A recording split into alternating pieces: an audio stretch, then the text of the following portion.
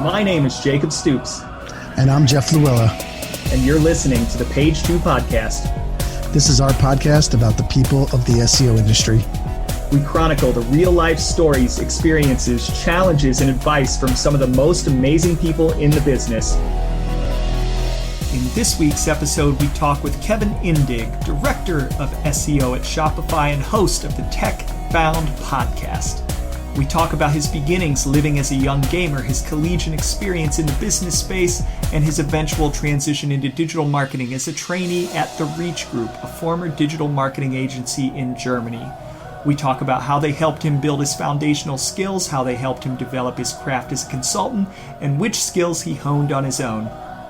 We cover his roles at Search Metrics to Atlassian, G2, and finally how he landed his gig at Shopify and what his role looks like there. And as a sidebar, we all share our hilarious first websites, which is pretty funny. For our core topic, we discuss a new concept we're calling zero-based SEO, or I should say that Kevin has coined, that involves testing literally everything you can from an SEO perspective and using that to drive your strategy. It's an amazing part of the discussion that you will not want to miss. And finally, we take Twitter questions of the week and award some Page 2 podcast swag. So get your popcorn ready while we tell Kevin's SEO story and have another great roundtable discussion.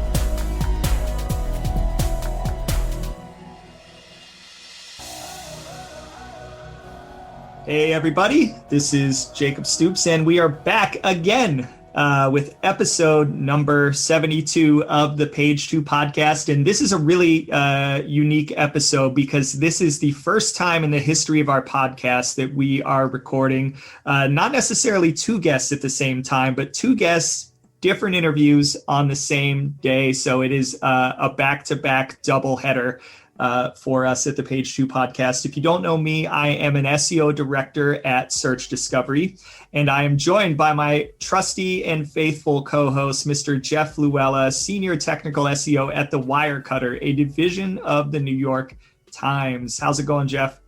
Hey, howdy, hey. Things are going great. How are you feeling about the second interview of the back-to-back doubleheaders? Did you have to do any stretches in between interviews? I actually did. I went outside and did. I swung a golf club. I got this new Did you really? I got this new golf club. It's like not a real golf club. It has like a weight on the end, and it's like very flexible. And it's so when you pull it back, it like stretches you at the same time, which is half my problem with my golf game is that I'm not very flexible. So I golf like I'm an 84-year-old man. So, which is my score. I wish was an 84. So yeah. So it was one of those where I was like, I got this new stretching tool and go out and stretch a little bit and walked around the house a little bit just to get refreshed. Yeah, and this is a real behind the scenes. I went upstairs. And on one hand, I got some chicken out to marinate it for dinner immediately following the show. So if you hear my stomach rumbling, it's because I'm about to cook some nice teriyaki chicken. And on the other hand, my wife goes, "You've got another interview today. You've been down there all day. What are you doing?" I'm like, "Honey, this is very important. Don't you understand?" And like when I give her my podcast thing, like, it doesn't compute. She's a completely different profession, a teacher. It holds no water with her that I run a podcast, and it's basically like what you and everybody else. So got a healthy ration. She's not wrong. She's not wrong. But a healthy ration of shit when I went up there, mixed with some potentially tasty chicken. That was weird. But anyways, we've got an amazing guest today, and we're going to bring our guest on now. It is Mr. Kevin Indig, SEO director at Shopify. Kevin, welcome to the show. How's it going? It's going great, actually. We have Good Friday today, which means all my Canadian colleagues are enjoying some time off, and I enjoy some productivity time. So I feel really good. Very well earned. And Kevin, where in the world are you? Because I'm detecting a bit of an accent, and I'm not familiar with where you're from.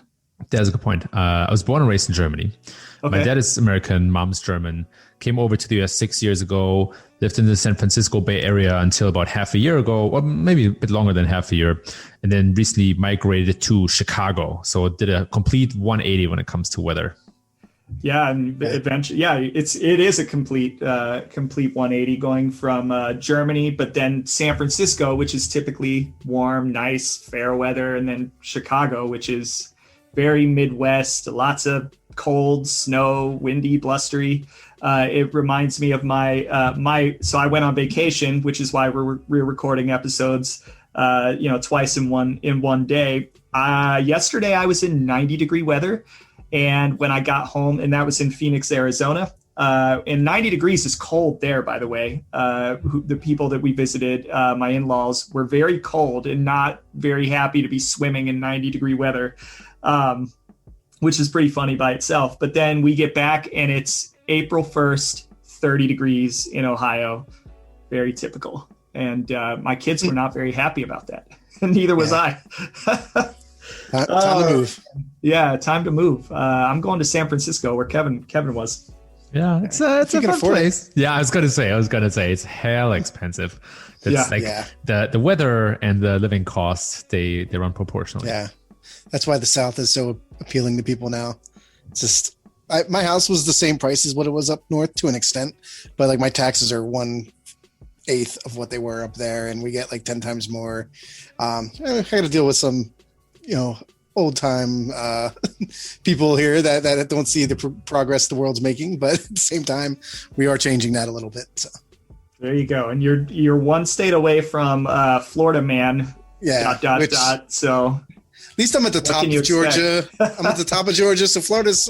But I am going there next week, so I will be in the Florida beaches. They do have beautiful beaches. Yes. Yeah. Next week we're going to be going back to the roots of season 1 when I did not have a co-host. I don't know if I'm going to know how to survive without somebody breaking apart the awkwardness. Well, I add a lot more awkwardness to it, then, so it might. Yeah, you do. Easy. Yeah, so to people listening to this now, if you listened to the episode before, we made Jeff a super the technical SEO's technical SEO ask all of the content marketing questions, which was pretty funny to watch him squirm a little bit when he had to ask questions about content. So it's like, content, is that really important? Is it? I don't know. I don't know. Anyways, so Jeff, why don't you cover off on? We've got a couple of things before we interview Kevin. A couple of things we want to touch on that are very important. If you've listened to this podcast, you'll know, but we want to make sure for those new listeners that you know about these couple of organizations that we like to put our thoughts behind. Yeah, definitely. And the one that we're promoting is because of the sudden passing of Hamlet is RankSense and his company. It's one of those tools out there that is kind of cutting edge. I mean, if you listen to like Dan Taylor or a lot of technical SEOs, they talk about edge SEO a lot. And what RankSense does is it actually makes that easy.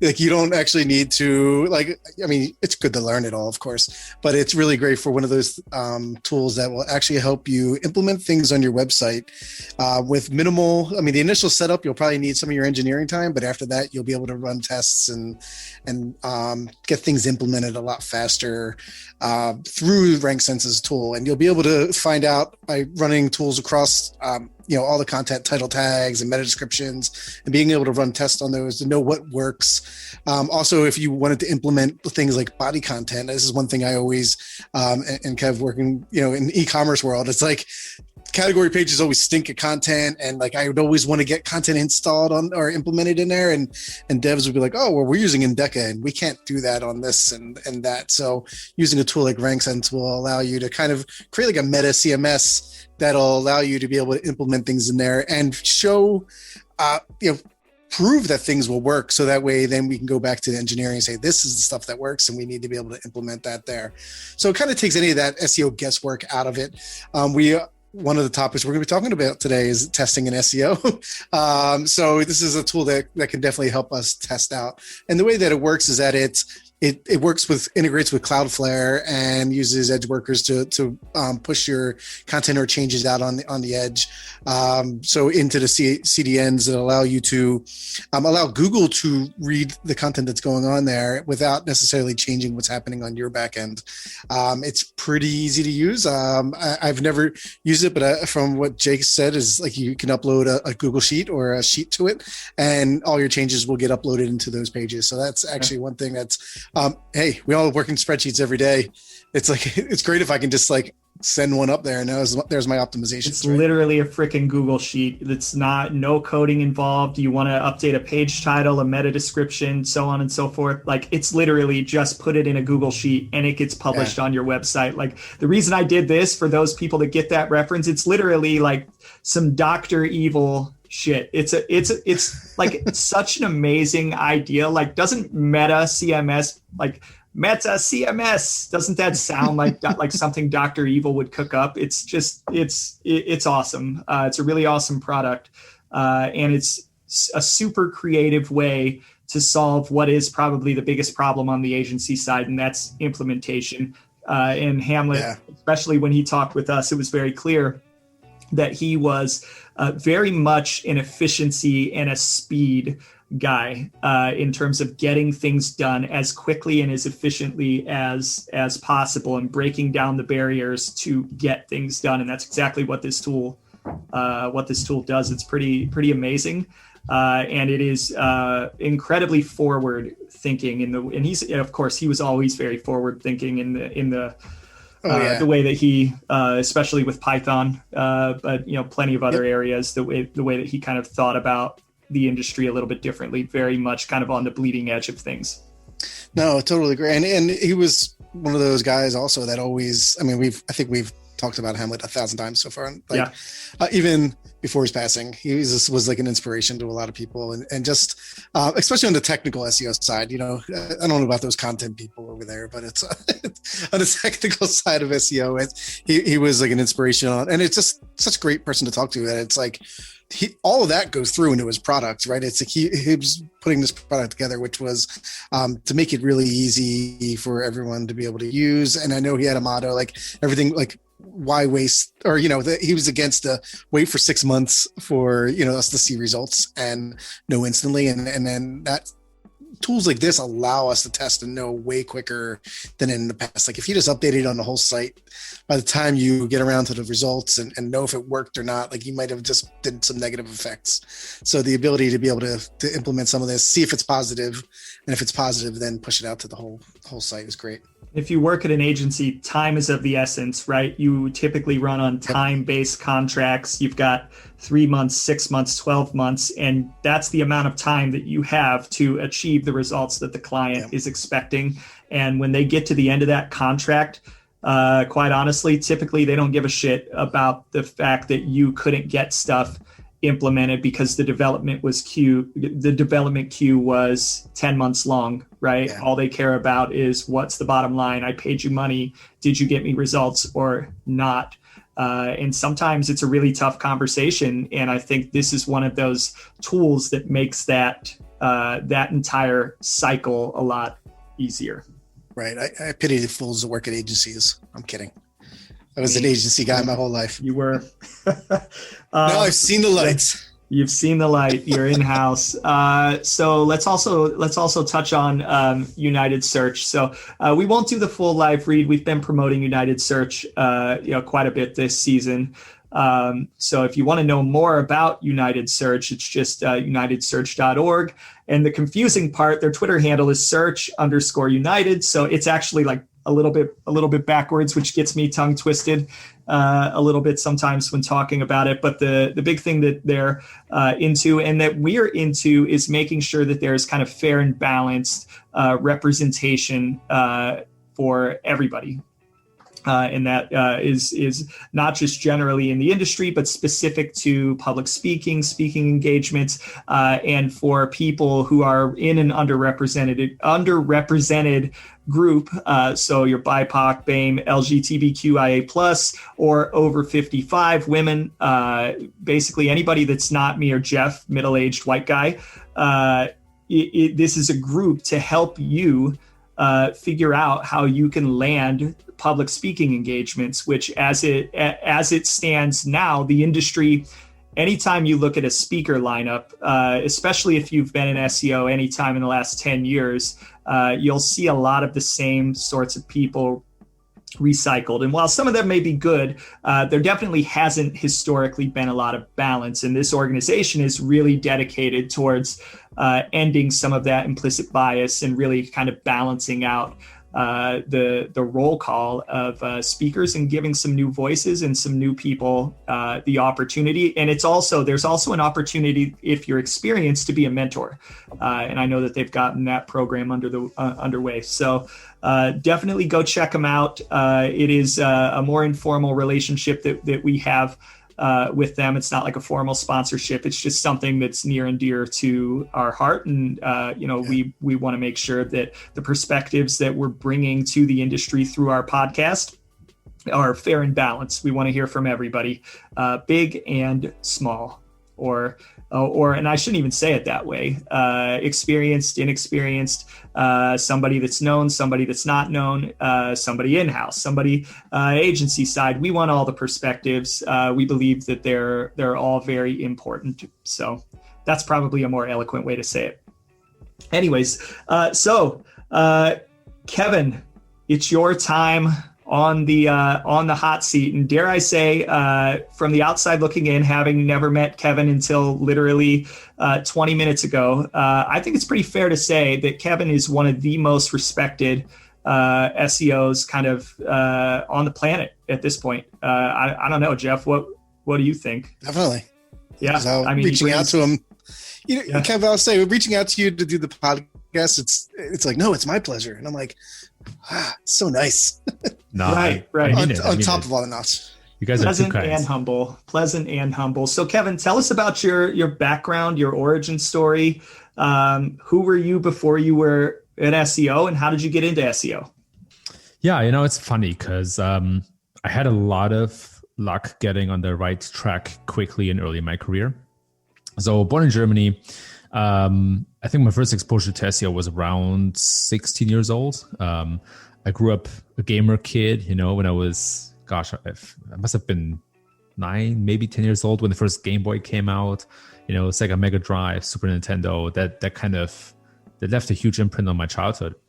And of course it ventured over into computer gaming, and then became really hot when broadband internet became available in Germany. So I was sitting there, burning away the money of my father when the internet was still charged by the minute. Oh gosh, I brought in some hefty bills. Poor dad. But anyway, so at some point, I wanted to play tournaments with my friends, and we played Counter-Strike, StarCraft, Warcraft, Diablo, those kind of games. And so for a tournament, you needed to have a website. And I was the guy to figure out how to build a website. I taught myself crappy HTML, CSS, a little bit of Photoshop, and build a website completely in tables. It was horrendous. And that was a lot of fun. Then I ventured a bit deeper into that, built some websites for other people. And sometimes they would even pay me, but it was nothing crazy. I still remember, I don't know if I ever talked about this publicly, but I still remember that there was like a C4D software, which is basically architecture type of stuff where they create 3D models. And there was a trend when I started learning all that stuff where you would create abstract graphics with some filters and then cut them out and implement it in your background of the website. And it was kind of that designer thing. That was the hottest shit. That led me on the bandwagon of SEO. At some point I asked myself, where are all these people coming from who visit the site? Then I started to learn about this concept of a search engine and what Google is, or other search engines at the time. So I followed down the rabbit hole. There was a lot of self-teaching, reading forums at night and talking to other people and being completely mind blown. But then I didn't get the first chance to really start into the career of SEO until after I graduated from college. So I went to college. I went to a business school in Germany that taught completely in English. I was still, for me at the time, SEO was still kind of this almost like hobby or interesting thing you do, but I never really considered a career because I could not imagine anybody paying for that really. Yep. And so I was more on the trajectory of a traditional career. My father is a doctor. I wanted to become a doctor all my life. At 18, realized that the job is not the ideal that you want to go for when, you see your father being a doctor. There's a lot more paperwork and bureaucracy and so on. So I decided to go into business. I actually got the chance to work at a private bank in Switzerland after college. So I did that. I thought that was fantastic. I thought maybe going into investment banking, mergers and acquisition, these kind of things. And it's probably because it comes full circle, right? Because now I'm last couple of years I've been more involved in these kind of topics again, so that's fun. But at these mergers and acquisition. But back at the time, I thought that was the path. And then a year in, I realized that's like a dying industry to a degree. Like, first of all, Switzerland was not the money hub anymore that used to be. Investment or private banking sounds cool, but it's not as cool until you're really like at Goldman Sachs or some of these companies, doing really crazy M&A deals. And so I decided to pivot completely and start a traineeship at an enterprise agency in Germany. And that changed everything. That put me on the speed track because I learned everything on the job. I was really taught SEO. And it was an SEO, or one of the best SEO agencies in Germany. And I was very lucky to get in there. And they really, they took me by the hand and they taught me everything. And then things took off from there. So I think we've got a very common background. And I'm honestly going to say, and I don't know if I've ever mentioned it on this podcast, except for maybe my own bio episode, maybe not even then. So I also was born in Germany. There we go. Yeah, and I'm very, very much from the United States. Been here most of my life, with the exception of my first 2 years. And I was, and this might date me a little bit, I was born in Germany at a time when it was still West and East Germany. Yes. So I don't know, Kevin, were you pre or post West and East, or were you just after the Berlin Wall coming down? Like, were you before or after that time? I was before, 3 years before the wall came down. I was born in the West, grew up in the West, lived in the West. Where were you born? Wiesbaden, which I believe is Southwest. Yeah. That's not far away at all. It's like an hour from where I'm from. That is, I'm amazed that you even know that, because from what I understand, it's and I don't remember any of it, very, very small town. My dad, the reason I was born there, not because I was from there or anybody that I knew was from there, it was because my dad was in the Air Force at the time. So I was an Air Force brat. And he was stationed overseas on the island of Crete, which is off the coast of Greece. So for those fans of history, the island of Crete has a lot of history. Probably going back a couple of thousand years with the Greeks and the Spartans and so on and so forth. But even more recently, World War II, in which case, obviously, the Allies won World War II. So, of course, now there are U.S. bases, or there were at that time, on Crete. And he was stationed, I believe, at a place called the Heraklion Air Force Base. And from what I understand, this is the way he told it, they did not have like the proper facilities there to be delivering babies. My mom was pregnant, so they went to Germany. That's where I was delivered, and that's how I kind of came into existence.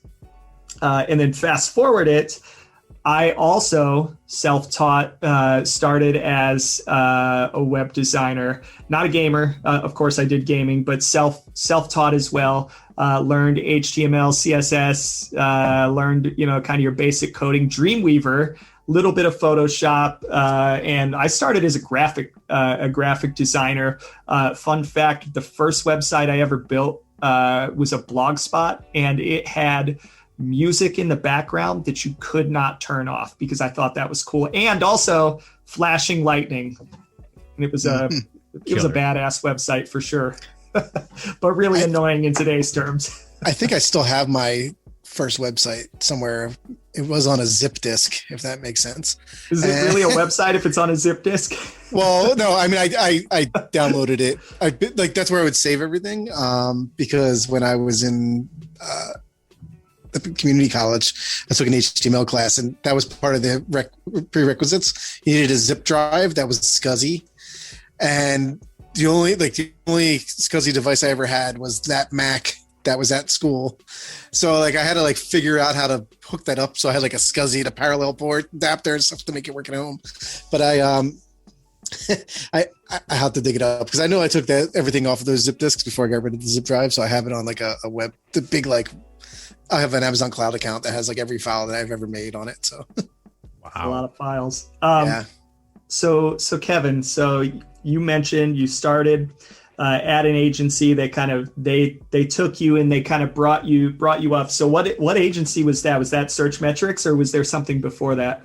Yeah, it wasn't yet Searchmetrics. It was an agency called The Reach Group. And to be fair, somebody else owns that name in Germany today. So it's it's the same name, different company.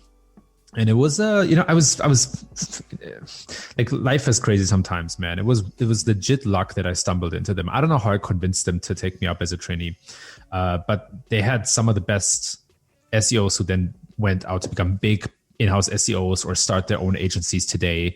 So it was it was a very interesting, exciting moment, I would say, in kind of German SEO history. And I did that for a couple of years. They really tuned me up, taught me everything, including, all the meta skills, the consulting stuff. Because at the time, SEO was still a dark magic black box. I mean, it still kind of is, but not as dark anymore. And we would go to enterprise companies, huge companies like Bosch and Altor and so on, like public billion-dollar companies, and would go to, like CEOs and general managers who are way older than us and telling them how to invest like some of their money into this new thing that they would not understand, right? So being exposed to that early on really taught me a lot. And then after a couple of years in, I was lucky to join Searchmetrics, and that's because not to make the story too long, but it's similar. You can imagine how tight the SEO scene in Germany is, right? Everybody kind of knows everybody. And there's this conference that everybody meets at once a year. There's several, but there's this one that is kind of the touch point for everybody. And I met Marcus Tober there, the founder and then CEO of Searchmetrics. I knew he was looking for someone in the San Francisco Bay Area. And I didn't really play. I mean, I always wanted to live in the US all my life, but I wasn't that I looked for this. I saw this position. I wanted to pitch him, but I didn't want to talk to him about it because I found it interesting. And he told me, well, we don't really want to send someone over because it's very tricky with the visa and the paperwork and all that kind of stuff. And then I told him, hey, I got this paper that says I can live and work in the US. Maybe we should talk. And he was like, yeah, let's talk. And a week later, he invited me to Berlin, 3 hours away. I went to this crazy interview that took 6 hours. And I drove home, and I was, I would have never thought that I got the interview, the job, right? I was like, this is a complete disaster, because they had me like whiteboard what a search engine looks like, what the different elements are, how it works, HTML code, everything, all that stuff, right? And then to the news, I knew many of these parts, but man, that interview was deep and heavy. So next morning he calls me and he's like, okay, I can see myself working with you. And I was like, okay, amazing. And he was like, well, so we need you to come to Berlin for a couple of months, and then we'll send you over to the US. I was like, oh shoot, okay. And so we did it. He gave me a chance, definitely took a gamble on me. And then I went to the Bay Area for Searchmetrics. And my job was basically to lead and build the professional services team. So Searchmetrics obviously is a software vendor with a heavy enterprise focus, but some clients have more agency needs. And so we're something like an in-house agency for Searchmetrics clients.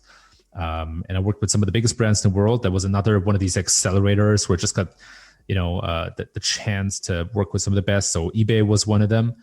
And they would send me to the eBay campus to work a full day every week for over a year. So I was basically almost part of the eBay SEO team. And so that domain is, there's just some crazy stuff you can try out. And so we did things like move subdomains to subdirectories, and saw like immediate impact, but it's not this kind of before and after test. I have like a team of data scientists that will tell you how long to run the test, what to look out for, what metrics, all the kind of stuff, similar to how we have it at Shopify today. And we had some stuff with content on e-commerce and whatnot. So I think it was not necessarily rocket science, but I think we're able to test things with some of the highest fidelity I had ever seen, because eBay is such a large, scalable, and trustworthy domain. And so where did you go after search metrics? You've got in my opinion, like a fairly impressive resume. And not only that, it seems like every opportunity was a slight stepping stone up. So where did you go after that? Yeah, so after search metrics, I joined a company called DailyMotion, which is a YouTube competitor. I think at the time we had over 300 million indexed pages. So huge, ginormous site. I was director of SEO there. That company was then bought by a conglomerate called Vivendi, and they own Universal Music and a couple of other huge companies. And they consolidated quite a bit and moved all the resources back to either New York City or Paris, France. And I wanted to stay in the Bay Area. And I had done a little bit of site consulting for Atlassian. So Atlassian took me on full time. I joined them as head of technical SEO, then head of SEO and a couple of other inbound channels, stayed there for a couple of years, then hit a kind of, how should I call it? Like I came to a point where I wanted to take the next step. There was no kind of good opportunity for me at Atlassian. So put myself out there, and got an opportunity to join G2 as a VP of SEO and content. G2 is a B2B software marketplace / review site. And then this kind of opportunity at Shopify fell into my lap. And so in December of last year, I joined Shopify as director of SEO. So what was it about Shopify after coming off of G2 that made you want to make the jump and the transition? It is a good question. It was by no means planned. I was actually very happy at G2. I think it's a fantastic company, and we did a lot of amazing things at G2. And I was very lucky and happy to find a great successor who's now doing a really good job. And so it was not planned. I got connected through a mentor with Luc Lebec, who is the VP of growth at Shopify.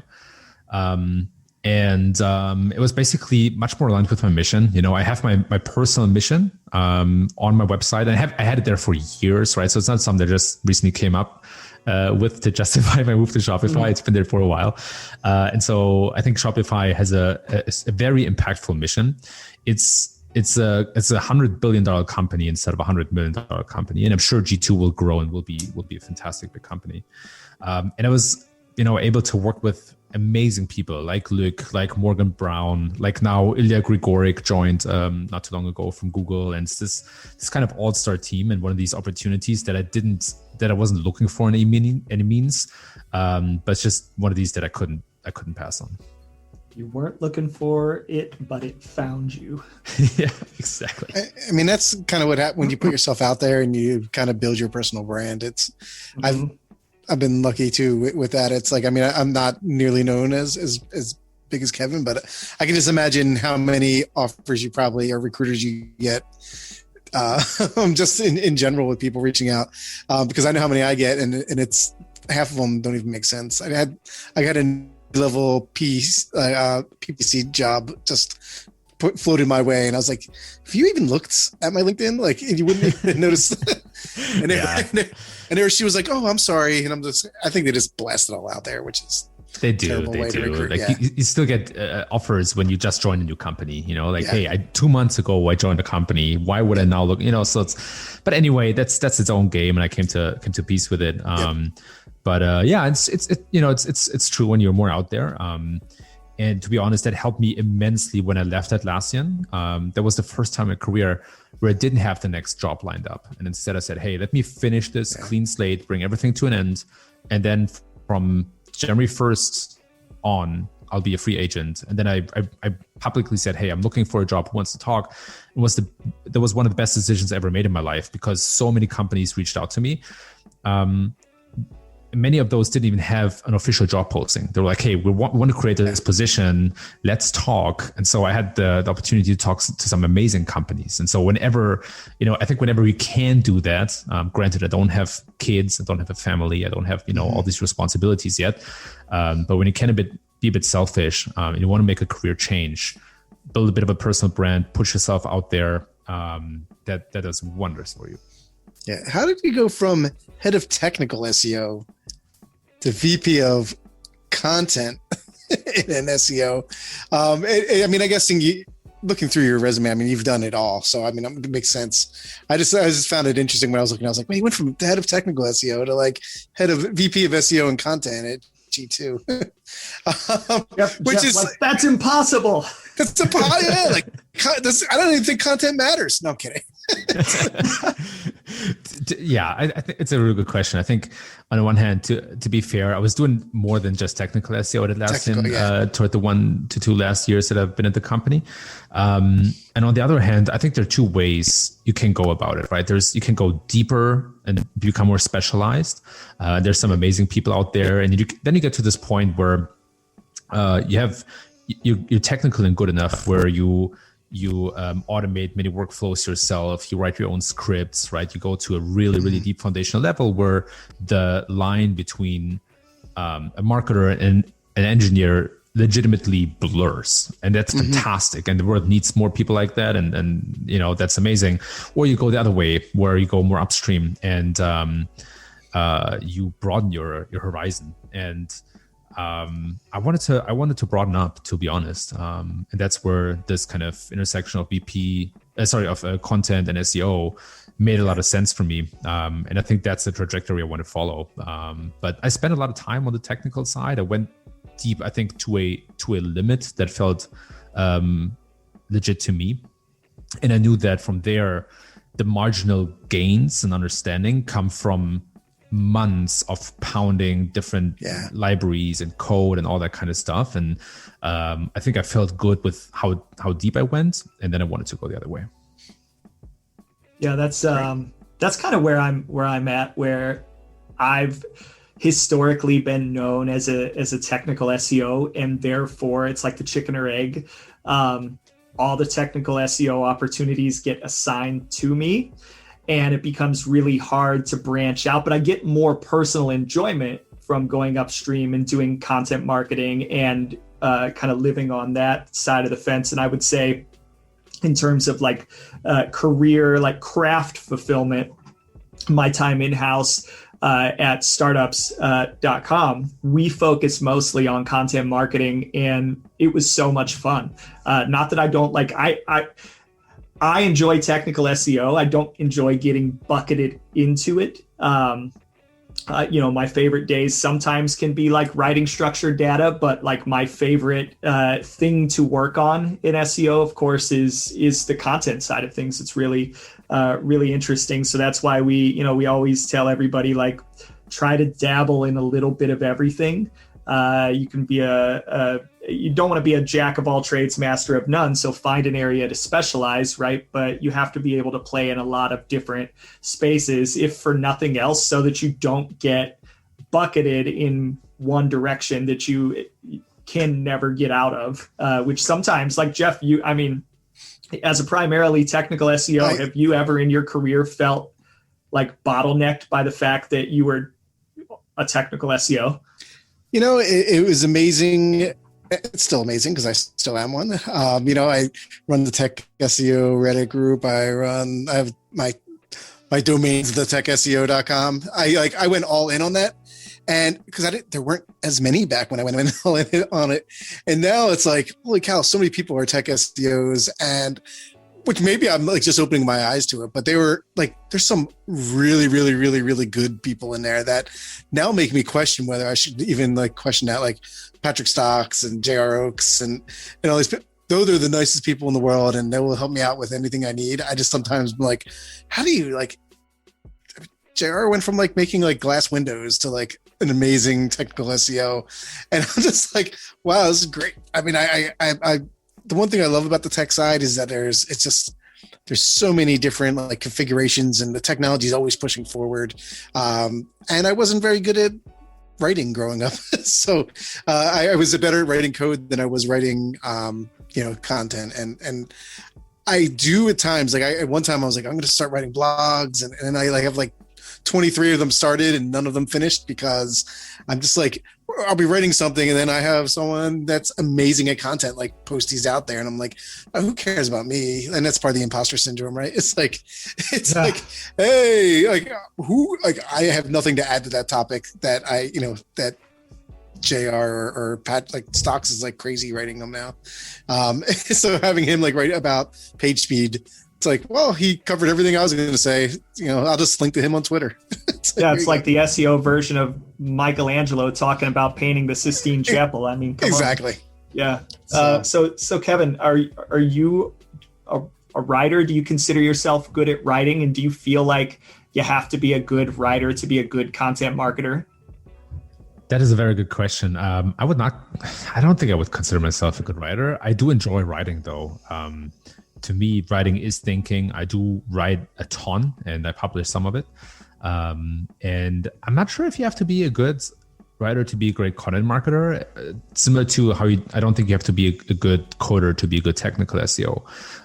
You have to have an eye for it, and you have to have an eye for good content and what good content means, right? Like we live in this world where anybody can create content. It's easier than ever. Everybody does create content, and the bar and production cost for outstanding content gets higher and higher. So nowadays it's an all or nothing game. You either have some of the best content in the world or you don't matter. It's that level that we're at. Mm-hmm. And so I think as an SEO or a content marketer, you need to be able to recognize what that means in a specific context, meaning agnostic to the actual topic and just across different topics, or have a system in place that helps you understand when that content is outstanding. And I think it's the same with technical SEO. I think you can be an amazing technical SEO. You don't have to be able to reverse engineer a complete React app, without any comments or guidance. But at the same time, you need to be able to understand the basic steps from crawling, rendering, indexing, ranking, everything in between there. Yeah. When a technical issue occurs, how to find technical issues. And if you can then sit down with an actual engineer to figure out what exactly caused that issue, that is fine too, but that's how I look at it. So speaking of creating content, this little thing called podcasting has started to grow. And 10 years ago, if you had a podcast, that was some really tricky stuff technologically, right? You were way ahead of the game. If you have a podcast today, it's no big thing. It's like the blog of 10 years ago. So everybody has a podcast. The barrier to entry has never been lower. It's really easy to do. Kevin, you've started a podcast, and I'm probably setting this up horribly, but since we're on the line of content creation, what inspired you to start your podcast? It was the Tech-Bound podcast, by the way. Thank you. Yeah, it was the same thing that inspired me to publish some of my writing or start speaking. I was doing a lot of that already. The writing thing was that I was writing for myself to clarify my thoughts. And at some point I was like, why don't I just publish that stuff and get some feedback? And then it opened the door to, first of all, getting amazing feedback. I now have a newsletter with almost 5,000 subscribers, which means that any email that I send out, I get at least one person that tells me, hey, this is what I see, or have you considered this and that? And that is immensely valuable. And at the same time, it's very similar with podcasting. It actually came up because I was having these amazing conversations at conferences, and you get into this like flow and you have like this, you feel this great energy and you're just riffing off of each other. And I was like, I wish I could store that, because then you go to the bar and you forget everything, or you drink too much, or you just sleep. And the next morning you're like, I only remember 50% of what we talked about. And I was like, damn, I want to record that. And that's how the podcast actually came to be. And you see the early episodes, they were all in person. So I actually bought a Zoom recorder and the Zoom HD, not the Zoom software. And I bought 2 mics and I actually met with people and I recorded on my phone. And we recorded this conversation. We're just riffing, just like, just talking about stuff that was interesting to us. And now, of course, everything is digitally. And I can't wait for things to open up again, for me to go on tour and speak to more people live, because you create that energy and you want to capture it. And that's the motivation of the podcast, And so I think it can be interesting. I think there's some really valuable nuggets in there. But it's not this, to me, it's not a thing that I want to focus 100% energy on to take it to 10,000 downloads a month or something, neither do I have the time.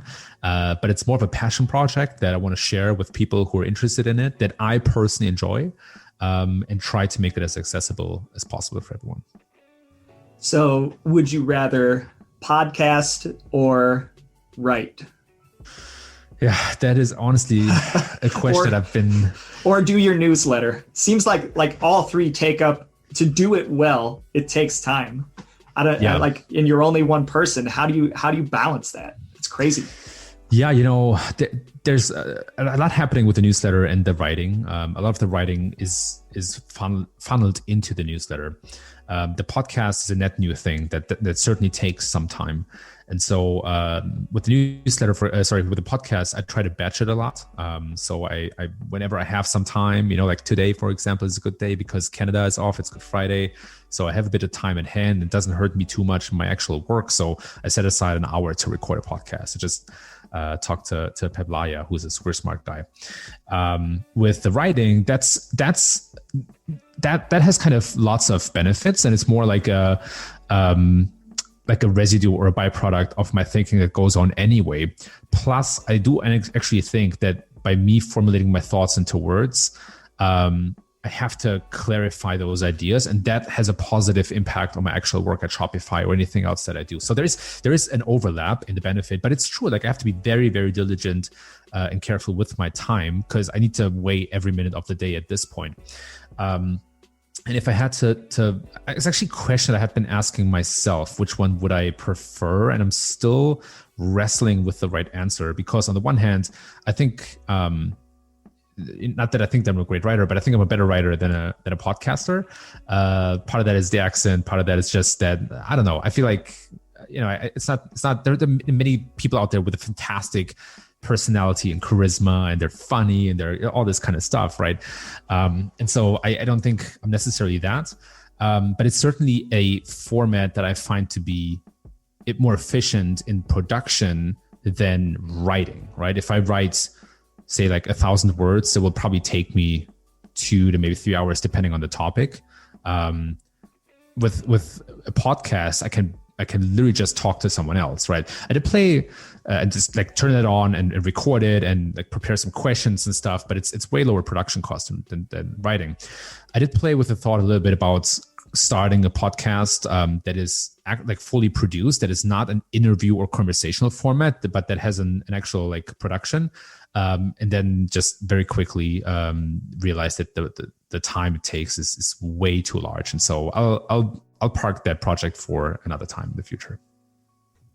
Yeah, it's funny. I think starting up 10 years ago, I blogged, right, and then I think I quickly realized the same thing, that maybe other people it comes easier, the writing aspect and the clarifying of thought. And not only that, in order to do it, I feel like you have to have an interesting enough perspective to warrant even putting out there. But to actually get the words out of my head and onto paper, it takes a lot of time. And podcasting, at least for me, is an area where I decided to focus on, because it combines kind of all of the elements of it's a lot easier, at least in terms of the front end, actual production of content.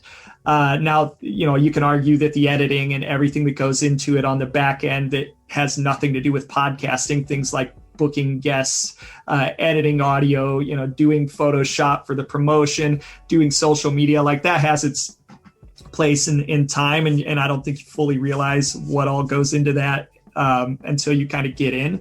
But it is a much easier medium for me to get and for a lot of other people to get my thoughts kind of put out there, and to capture some of these conversations that I have like every day in my day-to-day job with colleagues, whether it be people that I work with, people that I don't work with.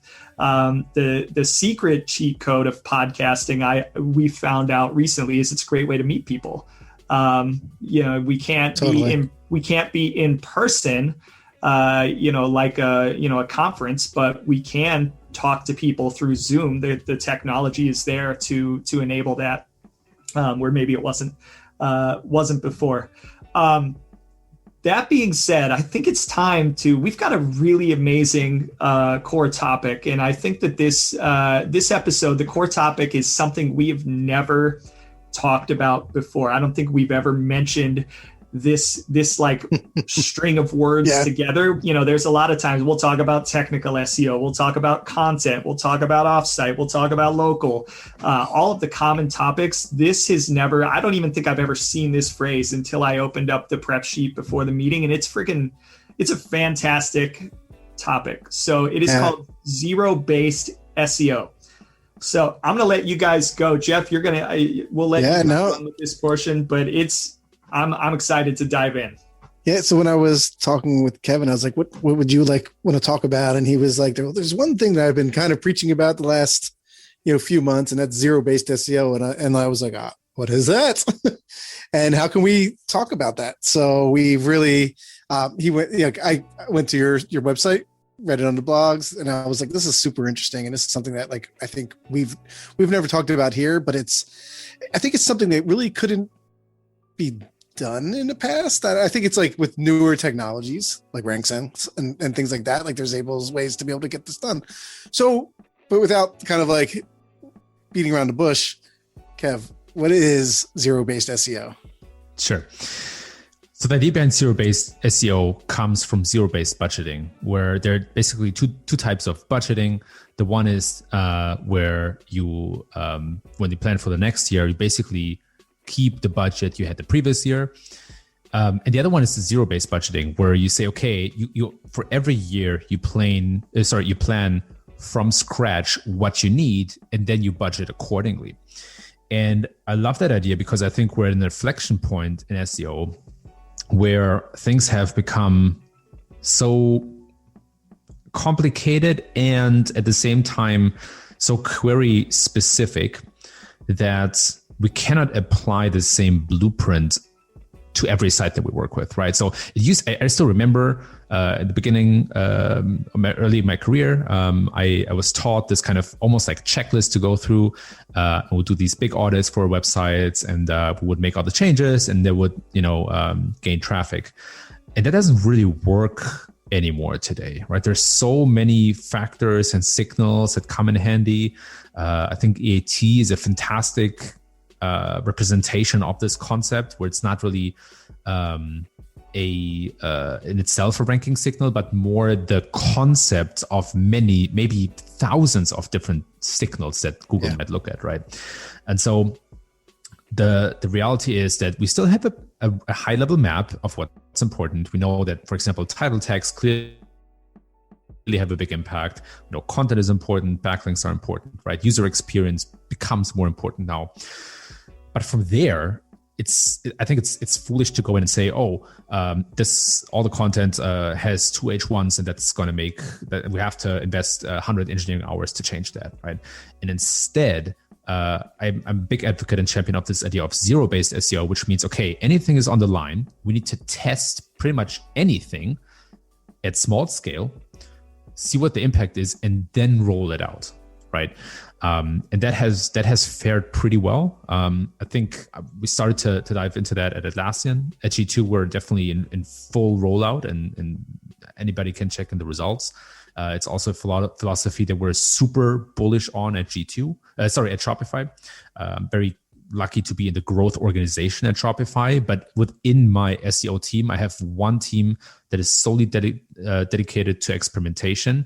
And that team helps all the other teams, the tech teams, the content teams, to run their own experiments. So experimentation is table stakes for us. And that's the way of how we make big decisions. We roll them out at small scale, we look at the impact, and then we fire from all cannons. That's the basic concept of zero-based SEO. It's great. So so testing in SEO can be tricky, right? Like using your standard, like Optimizely or Google Optimize or whatever the testing tools out there. Most of them aren't SEO friendly. So how are you getting testing done on, on a site? Are you hard coding on X amount of pages, or is it a tool that you're using that will like run the test for you and track it? I think there's Rank Science was another one that kind of does something like that too. Yeah, they're starting to pop up left and right, which is great. Yeah. We need more of that. And so there are different types of SEO tests. Generally, SEO experiments are all quasi tests, because for an actual quote unquote, and I have to be careful with how I phrase this here so people don't get the wrong impression. With a quote unquote actual experiment or scientific experiment, you need to have a randomized sample, right? You cannot say, okay, we pick exactly these things and as our test candidates. In SEO, we have to, because you only have one. You can only test with Google, right? You don't have a group of different of an audience or test candidates to pick from. However, you can still run quasi experiments and learn a lot from them. And so the first thing to look at is what type of site are we dealing with? Is it an aggregator site, as I now call them, or is it an integrator site? Aggregator sites are all the marketplaces. Imagine like Facebook, LinkedIn, Amazon, so social networks, e-commerce sites, and generally marketplaces of different kinds. Any site that has scalable page templates, G2 is one of them. That's where you can run A/B test at large scale. And then integrator sites, there's all the SaaS companies, publishers. Even though publishers are kind of a gray zone, they have dynamics of both. Jeff, you're the expert here. Those integrator sites, that's where you have to run different types of tests, like snippet testing. That's a big one. And then you can cluster some types of content into groups, but it's much less straightforward as for marketplaces, for example, right? So at G2, we're able to say, hey, we have these 5 page templates. They scale across hundreds of thousands of pages. So let's put them into groups, or put the same page template, take it and split it into groups, and then make a change to one of the groups and see what the difference is in outcome. So very simple, straightforward A/B test. There are different solutions out there, right? From Search Pilot, which is one of the biggest advocates, to a couple of smaller ones. You can do that. You can create your own in-house even, but make sure you have a data scientist, because that stuff gets tricky real quick. Yes. And then there are other solutions out there. I don't want to call out too many, like SEO testing. I know was one, ClickFlow. There's like MetaClick Pro that's now coming out. So there are a couple of different ones that allow you to basically say, okay, I don't have 100,000 pages, but I can still group pages around the same topic or with the same template into one group, and then find a control group, make sure, like monitor for a while to make sure they have the same kind of click patterns, and then make a change to one of them, revert the change, which is super important and is often forgotten. And then you can get an incremental understanding. It's also called a diff on diff test, or difference to difference test. Yeah, that's great. We, at the New York Times, we have our own A/B testing tool, which wasn't search friendly when I started there, but we're really working on performance, just because in publications, not our goal in general, but I think anyone whose goal is probably to get off of AMP and actually have one code base that'll work between them all. Google always preached, like, get away from, M.dot sites, and then they make you have AMP pages, which totally contradicting that statement. But at the same time, totally makes sense. They're fast. So now that we have Core Web Vitals, we're trying to implement some things, but we didn't just want to blanket implement like changes, because we didn't know if they would work or not. And now if they didn't work, I'm wasting developers' time. So they took their in-house testing tool and made it where it'll run out on the edge. So we use Fastly as our CDN. So it'll write its code and push it out to Fastly. And now we can test like performance, anything we want to do in performance on a flat version that's not using like, JavaScript to do A/B testing. And it's really been great. And like, really, it's only been focused on performance now, but I'm just like, this is going to be my tool when I'm done with doing performance, of just testing SEO changes, because there's so many times we want to change something, and like the engineering time, like, again, I don't want to prioritize this over something that needs to be done. So at least this way I can play in my own little world, push it out, see that change, run it on Another great thing about being on a site that has millions of visitors, you can like run it out on like 1% and get like a statistical significance. You don't have to run it on 100% of your traffic. So that's great. So we're going to be trying a lot of that stuff. So that's when we brought up this topic. I'm like, ooh, this is kind of where I want to get into a little bit more. And I used to work for a CRO company, and so we did a lot of stuff there. Just A/B changing button colors, and we weren't super advanced at that time, but it's great now that we're able to do this. So I've got a point to interject. So, as I've been dabbling into testing, which I honestly believe that this approach, at least for the near future, is the way of the future. But I do think if you can't figure out a way to do it in-house using some of these third-party companies that you all just mentioned, is a really viable option. But the problem that I've run into and the barrier to entry for me is really three things, right? It is cost. A lot of them run on the basis of page views. A lot of them sit out on the edge, which means that they're having to handle the load that's coming to your server. So if you get 1 million page views per month, and a lot of times they don't just focus on organic, they run on all page views. The tests affect organic, but the page views that are come from all channels, right? So that's something that gets figured into the cost, which literally, quite honestly, I was talking about trying to convince a client to do work with one of these third-party testing companies. I won't say which one, but we have a contract with the client. And we asked the third-party company, hey, we want to do some testing on their site on their behalf. What would it cost to do that? And they said, okay, how many page views do they get? What's the site? So on and so forth. And they came back with a figure that was nearly as expensive as our contract. And that made it kind of I can't work with that.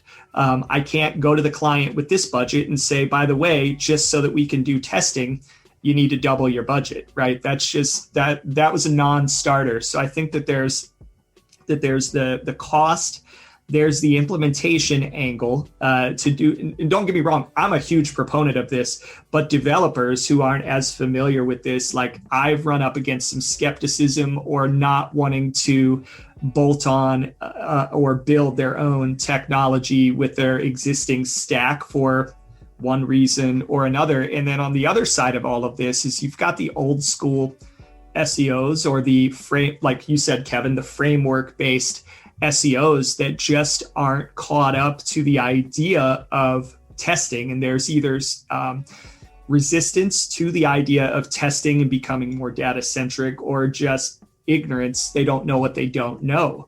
And all of those three things combined has led, at least for me, to a really difficult time pushing this mindset and this kind of shift in terms of how we handle SEO. And I wonder if other agencies, being on the outside looking in, are kind of going through similar things. Yeah, I'm sure. It's that for certain sites, there's a very high bar to entry when it comes to a third-party solution. So I think some third-party solutions are for a very select group of sites. Generally, some larger companies, I think, can build a lot of that themselves. And I think if you have a good engineer paired with a great data scientist, you can cover a lot of the functionality. And then I think for everybody else, there are a couple of workarounds, right? You either do experiments on a much smaller scale, or you do simple before and after tests. I mean, to be straightforward, it's better to do before and after test than no testing at all, right? And then there are a couple of smaller solutions that help you measure the changes when you change something like the title or some smaller things. And it's still valuable, right? I think we should not try to have an all or nothing approach to that. But I think it's a mindset shift. And that mindset shift came in part because I saw that the old checklist that I had wasn't working to the same degree anymore. The other challenge that I faced was that I couldn't, like you mentioned in the beginning, which I love, that implementation is one of the biggest hurdles. And I totally agree with you. SEO is more about what you can get done, not what you know, right? You can know the best trick in the world for SEO. it won't help you if you can't ship it. And shipping is a fundamental problem because SEO is, not as predictable as, say, like paid. And so we know the whole kind of hassle and the struggle. But if you can ship something at small scale, improve the impact, shipping at larger scale is a no-brainer.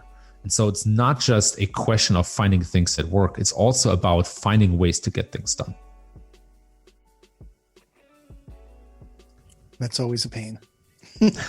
Yeah. It makes sense, right? Like, yeah, I mean, the one benefit I have, like when I moved internal, is that like I get more up to bats with the dev teams. I have a chance to, like, I'm in meetings with them. I build those relationships. So now it's easier for me to prioritize things. But when you're external to that company and you're, not an afterthought, but you're not even a thought in a developer's mind. When you're a consultant working with a marketing team, you're like hoping that marketing team takes your recommendations and brings it to the devs to get things implemented. And a lot of times they lose that battle internally. I was a dev that would be like, go away, SEO people, like until I got into SEO, and I'm like, oh, now like I try to play that card. Like, I used to be you. But now, like, I'm way better. No, I'm kidding. No, it's true. It's a question of math. Yep. Developers, very sought after. It's very rare to have SEO exclusive developers or engineers. Mm-hmm. We're blessed with that at Shopify. So, I'm counting. Yeah, seriously. Working on that here. So. Yeah, I'm crossing my fingers for you. But it's not the standard. And that means you compete with other requests that have a clear dollar amount attached to them. And if we cannot at least do that in SEO, stuff will not get done, right? And so testing at small scale is one way to say, hey, we saw this impact. If we do the math and roll this out across the board, this is what we expect in terms of not just traffic, but also dollars. And then all of a sudden, you start to turn open. What kind of things can you test? Because we're talking about testing as a concept. And we know in SEO, it is heavily template based. And I've always thought that at some point there would be a point of diminishing return with things that you could test, because there are only so many templates and so many elements of the page. So where does it end? I love that question. Generally, you want to test the things first that you think have the biggest impact. So anybody who's new to testing, I would recommend starting with things like title and snippet testing in general. It's one of the most underrated things in SEO in my mind, and it's not new, right? We all know description, title, and all that kind of stuff have an impact on attention or sometimes even rank. But that's where I would start. Title, description, rich snippets, anything you can do in that sense. And you don't need a templated or aggregator site to do that, by the way. From there, I would go more on into the on-page elements, and you can test things like timestamps, last mod or recent modifications, subheadings, content length, authorship, author bio, all this kind of stuff. So from there, I think there are no limits. Of course, the more there are certain principles and dynamics that set constraints. Like the amount of traffic you get will decide to what level of granularity you can test. So not everybody can test a byline, right? Like that's New York Times maybe can, but there's a certain limit for sure. But you can test other things that are outside of on-page. You can test internal linking, right? You can test around with that. So I would encourage to explore that. You can even, in some cases, test redesigns, right? Like roll it out in a certain section of your site. Can test things like URL structure, depending on your constraints in terms of the CMS and so on. But I think we can be and have to be much more creative than just the basics. But if somebody starts out, I would recommend starting with the snippets. Yeah, we're working on testing, as I was saying, page speed performance stuff. Core Web Vitals, just being able to change some things on, like, to improve our LCP scores or something like that. So we're able to run that now, and we're seeing some cool results from it. Mostly the core at New York Times is doing that right now, but over in Wirecutter, we're gearing up to take their experience and their knowledge and be able to run the same tests on our end. Love that. Yeah, there's a ton. So Kevin, did you coin the term zero-based SEO, or did that come from somewhere? I mean, obviously it came from banking, but are you the first person to put that phrase together? I guess so, yeah. But, I'm sure there's a better name to call it. Have you copyrighted it? Because if not, I'm stealing it. Let me give you the answer after the show. Right. Kidding. No, it's open for anybody to grab. So there's no. Oh, that's funny. All right. So, any parting thoughts on zero-based SEO and SEO testing before we move on to Twitter questions of the week?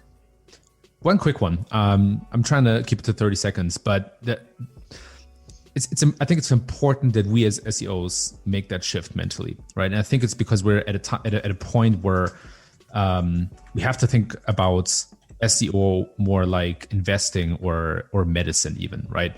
Not that we save lives by no means, but that it's the same approach, right? Where first of all, you need to have robust studies to make bold public claims, right? So nowadays, when everybody says, "Oh yeah, I know that 100% that if you write long form content, that's always going to work perfectly," that's a red flag for me. That doesn't pass the sniff test because I know, if there's no robust. First of all, you need one robust study. You need several robust studies, right? It has to be robust, is what I mean. And on the other hand, just a single study doesn't prove anything, right? It's the same in medicine. Probably 5 studies don't prove anything either, right? Mm-hmm. So it's this whole it's this Bayesian idea, this iterating toward the truth with acknowledging that you'll probably never fully get there because the system is so complex. So that's something I'm really looking forward to see from the SEO scene over the next years. Is a more robust public corpus of studies that help us understand what really has impact these days and whatnot. Just in time for Google to change their algorithm and all their studies go. I'm kidding. I think some of that might be true, but for the most part, I don't think. I think those studies would be amazing. Cool. So we're gonna get into Twitter questions from the week. So this is where we beg Twitter followers to leave us some questions, and we get to beg and plead. We beg and plead. Some of them are great. And Morty is not that great, but we're going to say it anyway. He's a Steelers fan. He is a Steelers fan. Yeah. They do stuff like that. Right. Cool. So the first one is from Mike Ginley, Twitter handle of Mike Ginley SEO. Any tips on dealing with burnout, time management, managing so much in your day job, but also creating and sharing so much of your site and social channels? I mean, it seems like you're everywhere and doing everything. How do you manage that? And how do you manage, any burnout effects? Yeah, it's such a good question. I mean, I'm sure you guys feel the same about it, but Shopify is not just a 9-to-5 job for me. I do this all the time. And so what helps me, the thing is, there's this Marissa Meyer quote where she talks about burnout, and her thesis is that burnout is more about resentment. And the point is that everybody has something in their life that they don't want to compromise on, that they don't want to negotiate. And if that's being taken from them, that's when people burn out and become resentful. For some, that's dinner with their kids. For others, it's Friday taco night, I don't know, or Taco Tuesday and Friday, whatever night. People have their rituals. And to me, that is working out. I'm very much into powerlifting and I work out quite a lot. And so I have a relative, not super fixed time, but every day at 4 to 5 p.m., I make sure to get up in the gym for a good 1 to 2 hours and really do something else. And that clears my mind. That lets out any frustrations. And at the same time is a good counterbalance to sitting at the desk all day. So that's it for me. And I urge everybody to find what it is for them and then fight for it. There's for something for me to not go to the gym that day, something really bad has to happen. That's a great answer. So Jonathan Wilson at Jonathan B. Wilson, in a larger org like Shopify, what challenges do you run into regarding influencing beyond your vertical? How do you overcome them? There's a lot. Honestly, I love all the Twitter questions, especially Morty's, but we'll get to that later. But no, this is another fantastic question because it's a real problem. When I worked at Atlassian, that was kind of my one of the biggest drivers of success, I would say, is that I realized even with a large team, I'll never be able to do everything that I want to. So by educating everybody in SEO, I kind of multiply my leverage, and that worked to a great degree. We educated designers, writers, engineers, and their respective impact on SEO. We brought results back to them. That was huge. You would not believe how many people get hooked once they see what impact their deploy or their shipment has. And then we just generally advocated and beat the drum for SEO. So we made sure that we're represented in the all hands. We made sure that we share what's happening in SEO, what we found, the wins, even the failures, like what doesn't work. So we hold ourselves very accountable to being transparent. And that did wonders. And so it's very similar at every company, and Shopify is no exception. You have to help people learn about SEO. You have to share the wins, advocate for what you're doing. And if you create that type of culture, that like humble testing, high output performance culture, that is infectious to other people. That carries over, and they want to be part of that. So that's some of the tactics we play. That's awesome. Cool. The third question is by Nikki Moser. At Knickers85, former guest, former guest on the show. Mm-hmm. What's one piece of advice you would give to people creating SEO content teams? That's a really good question. I now had a couple of reps where I had to redesign my organization completely. And so I have asked myself that question a couple of times. It is always a little dependent on the company you work for. Some companies have a strong writing culture. And other companies, to them, the concept is very foreign. And so if you have a culture where people just generally create a lot of content and are very vocal, then it's much easier. Then you would want to put more resources into editing, making sure that you get the tone right, tone of voice, design, look and feel, style guides, and that you repurpose a lot of the content. When it comes to an organization that doesn't have that culture, that's where I would start with bringing some good writers on board and start creating a pipeline of content and a regular content cadence, and then iterate along the way. I learned that it's more important to get the machine going than having it perfect from scratch, because you'll learn a lot along the way anyway. Yeah. And you'll refine your style and tone of voice over time. I mean, Jeff, honestly, I feel like you really have to chime in on that question, because you're so much how much closer can you be to a writer culture than the New York Times? Yeah, it's interesting. I'm on the tech side, but I work, I look at my jobs to make sure that all our content gets seen, because we have, at Wirecutter itself, we're like 80 writers and editors. New York Times itself, I think it's a billion. There's so many. Across the world, they have so many at that area. So, it's funny. I always joke, because I am the technical side of things, but I took over a company at one time that was 100% link building, and my job was like the owner at the time was like, we need to get out of link building. So I'm hiring you to become a full service SEO agency. So I set a date where we're going to stop link building, and any of our link building clients, we were going to say like, we're writing content for you instead. So the company before would say, hey, you were worth, like, we're going to give you 10 new links a month. Like I was like, we're going to give you, not even saying that we're going to give you 3 pieces of content, because we didn't just want to force content down there.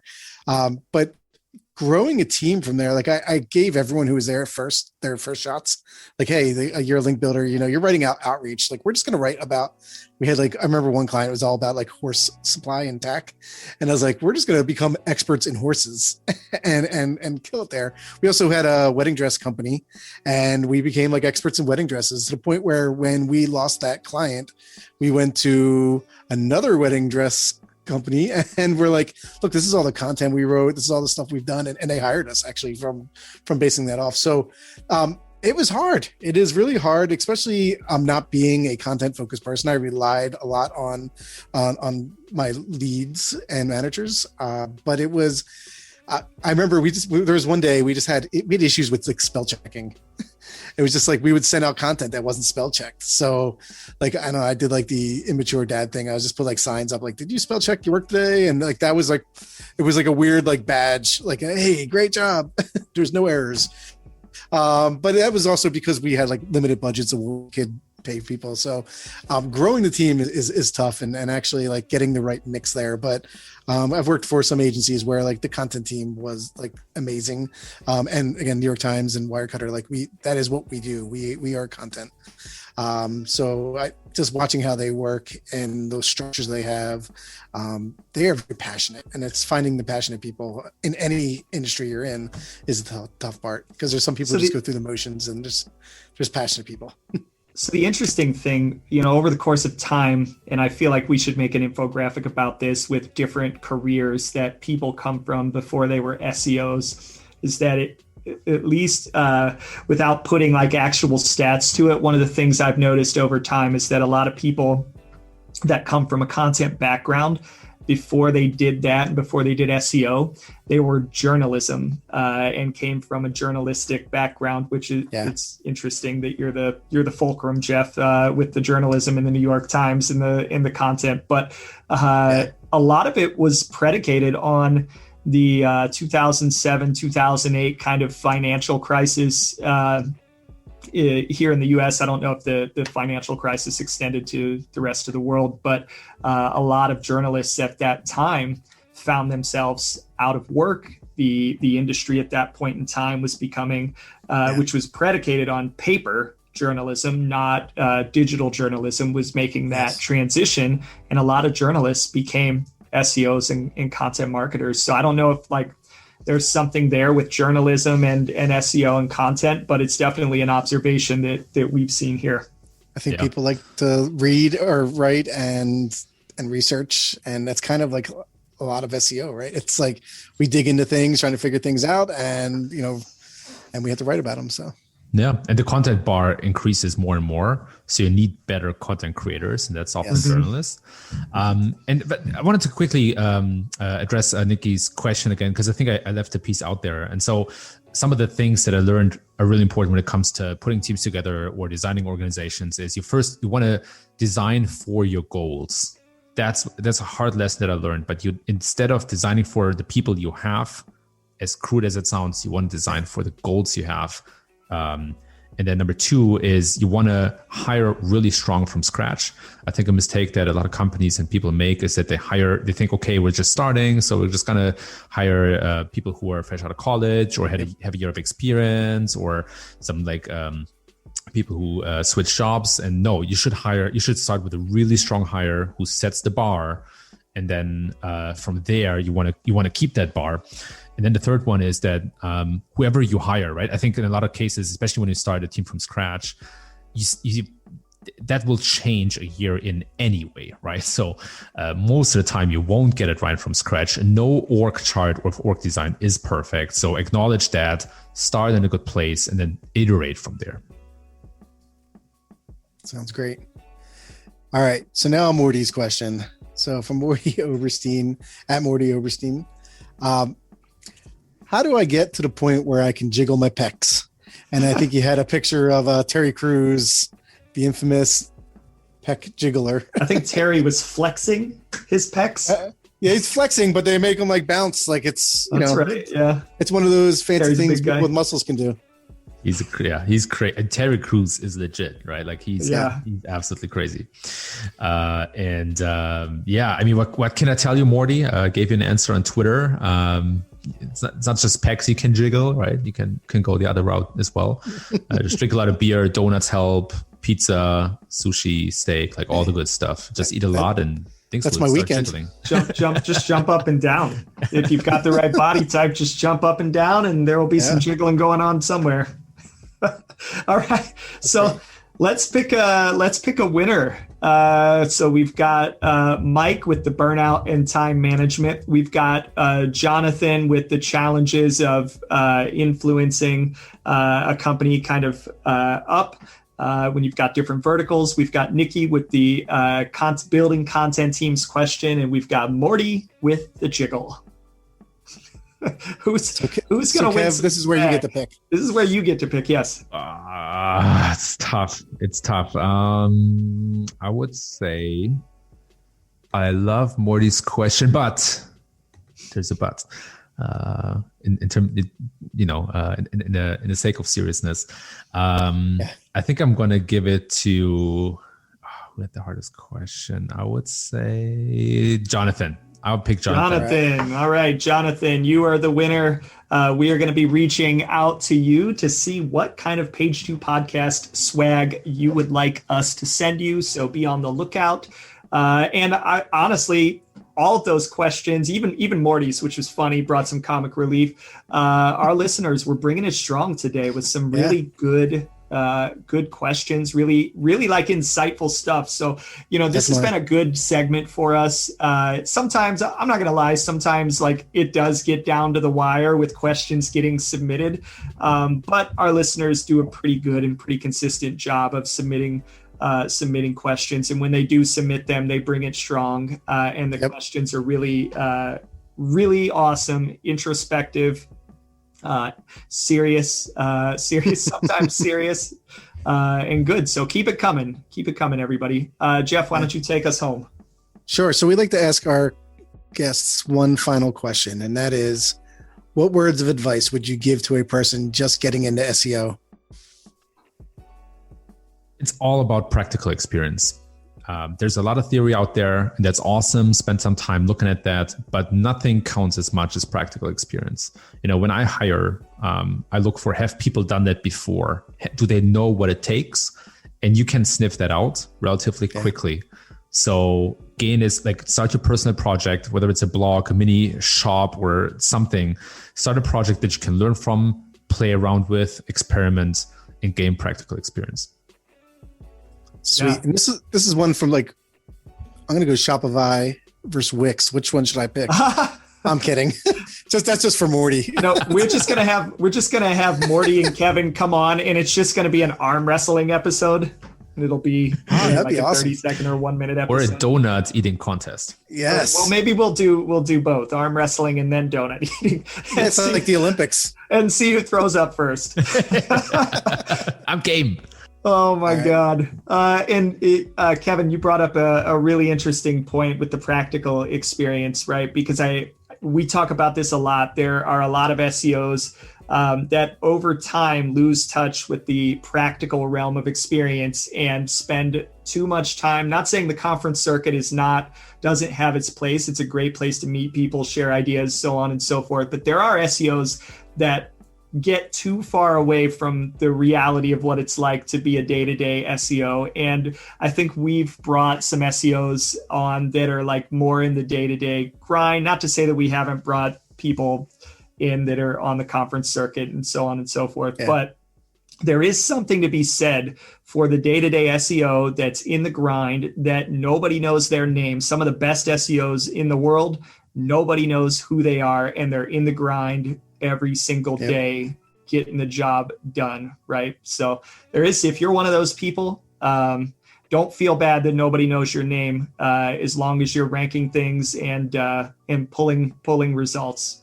Sometimes it doesn't matter if people don't necessarily know your name or if you don't speak. So that is one thing that we talk about a lot, because a lot of people I think that in order to do well in your career, you have to be well known in the space. And that's not true. You can progress and have a great career without doing a single speaking engagement or anybody knowing who you are. As long as you can get results, that's the freaking bottom line, man. That's our job. So true. PSA. True. All right. Well, Kevin, we're to use a baseball reference, we are rounding third and we're on our way home from the end of the doubleheader. We appreciate you coming on. This was an excellent episode. I would say from a podcasting standpoint, you've got a great radio voice. We've had a few good radio voices. I would not say that our voices are great radio voices, but you should I'm sure people would want to hear more podcasting from you, if for nothing else, because of the radio voice. You've got a great radio voice. You don't say, in my opinion, a lot of like ums or like the Right. stutter words. I'm sure we do that a lot. I think I stumble over my words all day. Right. We've gotten much better, but your voice is a voice for radio, but that's just my opinion. Thank you so much for coming on. We really appreciated having you on as a guest, and man, it was a pretty awesome and insightful episode. So for those of you listeners, we will be back with 3 more episodes this season. That's it. We've only got 3 more all season, and then Jeff and I are going to ride off on horses together out into the sunset until next season. So 3 more episodes, and then we're off for the summer. It's summer vacation before we launch season 4. So everybody, have a good week. Not sure if we're going to post this episode as a 2-in-1 week or 1 week in 1 week. We'll surprise everybody, but it's probably going to be 2 episodes in 1 week. So I'm kind of interested to go with the theme of the episode in testing what happens. Maybe we'll do 2 episodes in 1 week more next season. I don't know. We'll see. We're going to test it. You just do all 25 in 1 week. See what happens. What we're going to do, we're going to test it, and then we're going to roll back to just 1, and we're going to look at the difference. That's what we're going to do. Bam. Exactly. All right, everybody. Have a good week. Thank you so much for listening. Thanks so much. Thank you so much for listening to the Page 2 podcast. If you'd like to find out more about the show or listen to new episodes, visit us at page2podcast.fm. That's page, the number 2, podcast.fm. Our episodes are also available on a number of other platforms, including Apple Podcasts, Google Podcasts, Spotify, Pandora, Breaker, Deezer, Overcast, CastBox, Pocket Cast, Stitcher, TuneIn, or wherever you get your podcasts. Additionally, you can also listen and watch our show on our YouTube channel or follow us on Twitter, LinkedIn, or Facebook. If you'd like to get in touch with us, contact us at thepage2podcast@gmail.com. Until next time, happy optimizing.